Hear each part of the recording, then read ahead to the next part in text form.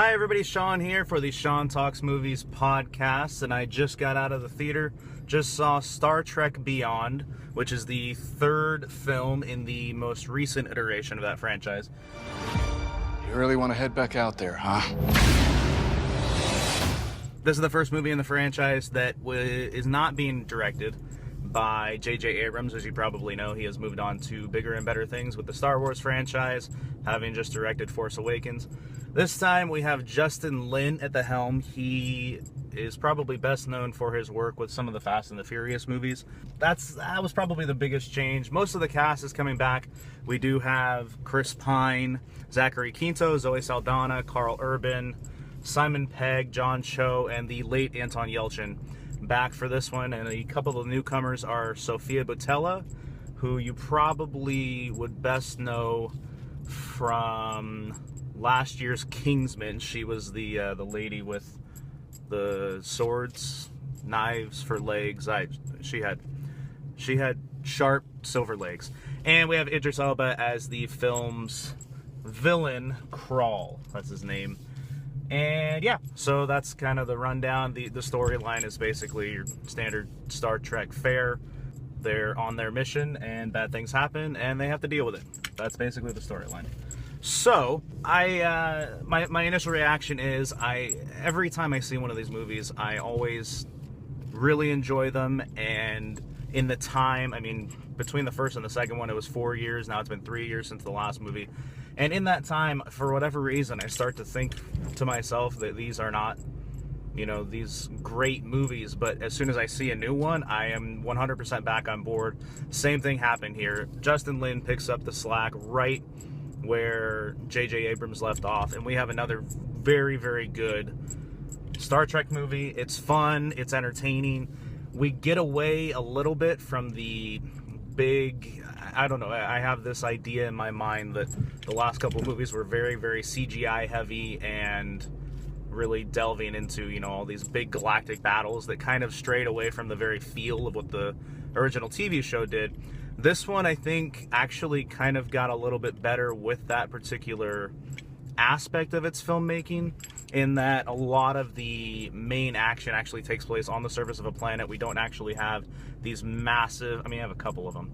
There aren't a ton of massive battles in the midst of space, kind of one at the beginning, one towards the end, but a lot of the action is on the surface of this planet, and it's one thing that the Star Trek franchise as a whole has always done really well, and that's giving fully realized characters and making characters that we can actually relate to.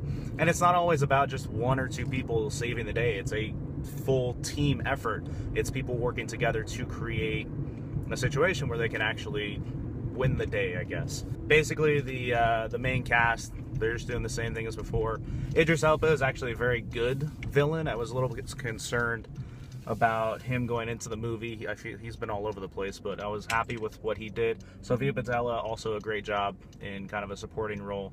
It's just a fun movie, and I always forget that these movies are very fun. When you look at kind of the big franchises that are working today, Star Trek is definitely in the top, 3 or 4, I think. And I think that every time I see one of these movies, I just feel like we're in a situation where, I go into them thinking, okay, the last ones were okay, but hopefully this one will be better.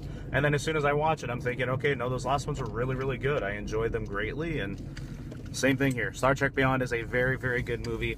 That being said, it is one that I found relatively difficult to watch, in that the Star Trek family has lost 2 people since the last movie came out. As Leonard Nimoy passed away last year, and they kind of, they give a good write-off for his character in this movie. And even more recently, Anton Yelchin, if I'm sure you all know, has tragically was killed. It was difficult watching him on screen. He's an actor that I really, really enjoyed, and it was hard watching him knowing that he's not here anymore. And I fully expected the movie to do something for both of them, going with the credits or anything like that. And it was so simple, and they didn't do anything extravagant, just a very simple, this is our way to pay tribute to them. And I'll admit I teared up a few times, just watching him and knowing that you know, we're not going to get anything else, but we can look at the career that he had and see how great he was. And it'll be strange going forward knowing that this Star Trek universe, of which I think they already greenlit another movie, isn't going to have him in it. And it was just difficult for me to watch this movie. But all that being said, this is a fun, big budget popcorn flick that is definitely worth your time. If you guys have seen the other ones, by all means, go check this out. I mean, even if you haven't, you know, you don't need to have seen the past films to really understand what's going on here. I think it's a very, very solid film that does stand on its own, which is difficult nowadays. It's not something that you necessarily see sequels doing, but this is a good movie. Be sure to check it out. All right, I hope you guys like that instant reaction, and if you guys are not already doing so, make sure you guys are following the Sean Talks Movies podcast on all of its respective social media, be it Facebook, Instagram, Twitter. There's links down in the description of this video. Also, be sure that you are subscribing to this YouTube channel and tell everybody about it.